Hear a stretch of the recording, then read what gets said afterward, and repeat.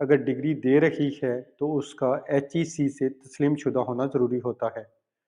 Professional degrees کی صورت میں پروفیشنل اتھارٹیز موجود ہیں، جس طرح Pakistan medical and dental council ہے، پاکستان انجینئرنگ کونسل ہے۔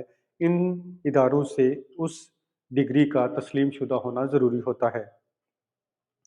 جس ادارے کا آپ انتخاب کرنے جا رہے ہیں اس میں اسٹوڈنٹ ٹیچر ریشو کیا ہے؟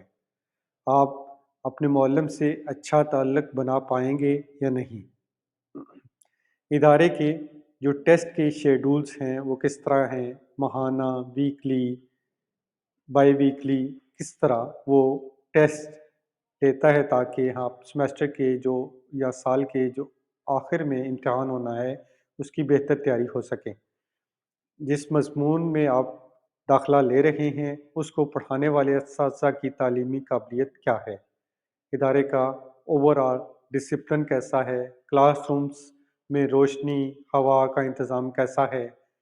ادارہ ایک سمیسٹر یا سال کے دوران کتنے سیمینار، کانفرنسز یا سمپوزیم کا انعقاد کرتا ہے؟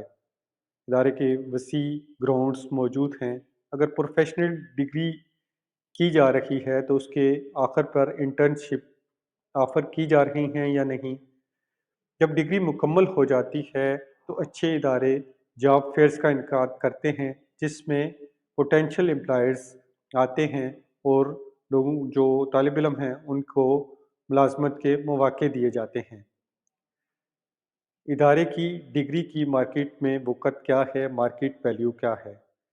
جو اس ادارے سے پہلے فارغ ہو چکے ہیں طلباء، ان کی پیشہ ورانہ شہرت کیسی ہے؟ لوگ یہ پسند کرتے ہیں کہ اس ادارے سے فارغ ہونے والے طلباء کو ہائر کیا جائے۔ ایجوویژن کی ویب سائٹ پر اداروں کی درجہ بندی موجود ہے اور پھر جو مضامین کے حوالے سے کون کون سے ادارے بہتر اس مضمون کو پڑھا رہے ہیں، تجویز کردہ اداروں کی لسٹ بھی موجود ہے، آپ اس کو بھی ضرور دیکھیں۔ تعلیمی شعبہ اور تعلیمی ادارہ منتخب کر لینے کے بعد تیسرا مرحلہ یہ ہوتا ہے کہ تعلیمی اداروں میں داخلے کا طریقہ کار جانا جائے۔ آپ نے جو بھی مضمون منتخب کیا ہے اس کو کون سے ادارے بہتر پڑھا رہے ہیں ان کو دیکھتے ہوئے کم از کم 5 اداروں کا انتخاب ضرور کریں اور ان میں اپلائی کریں۔ ٹیسٹ کی تیاری 2 یا 3 ماہ ضرور کریں۔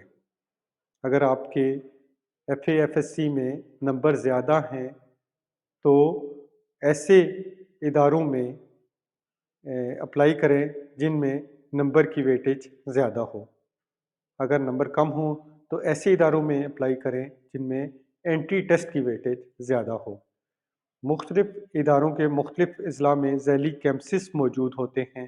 اگر نمبر کم ہوں تو ان ذیلی کیمپسز میں بھی اپلائی ضرور کریں۔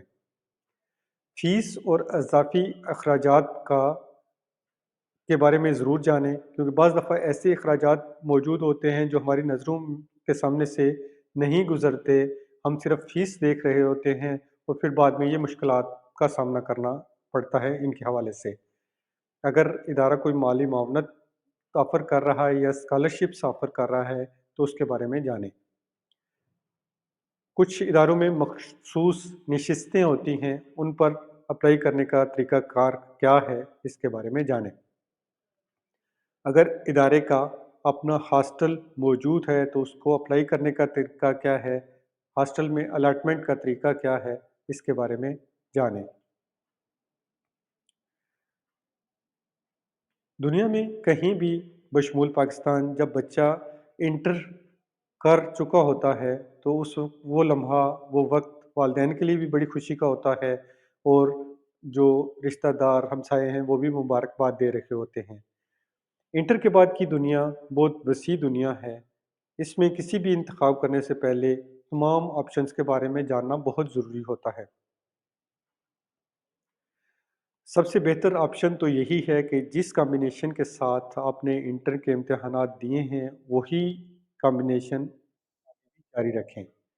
میڈیسنس میں MBBS، BDS، nursing, lab technicians, مختلف قسم کے کورسز میڈیسنس میں موجود ہیں۔ انجینئرنگ میں روایتی انجینئرنگ کے ڈپارٹمنٹس کے علاوہ کمپیوٹر انجینئرنگ ہے، انفارمیشن ٹیکنالوجی ہے، سٹی اینڈ ریجنل پلاننگ ہے، اس طرح کے شعبے میں موجود ہیں، مختلف قسم کے ڈپلوماز ٹیکنیکل کالجز میں بھی موجود ہیں، ان کے بارے میں بھی انفارمیشن حاصل کریں، وہ بھی اپنی آپشنس سامنے رکھیں۔ اس طرح جو نیچرل سائنسز ہیں، فزکس، کیمسٹری، بایولوجی وغیرہ، ان میں بی ایس اور ایم ایس بھی کیا جا سکتا ہے۔ جو سوشل سائنسز ہیں، history, political science, languages, management science, ان کی بھی لسٹ موجود ہے۔ آپ اس کو بھی ضرور دیکھیں، آپشنس آپ نے چوز کرنے سے پہلے ان آپشنس کو بھی اپنے ذہن میں رکھیں۔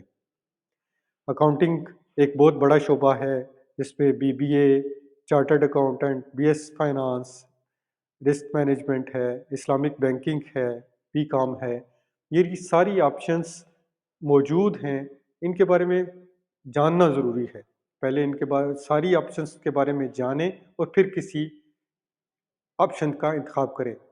ایجووین کی ویب سائٹ پر یہ تمام آپشنس موجود ہیں، آپ ان کو اچھی طرح انالائز کریں، ریسرچ کریں اور پھر کسی ایک شعبے کا انتخاب کریں۔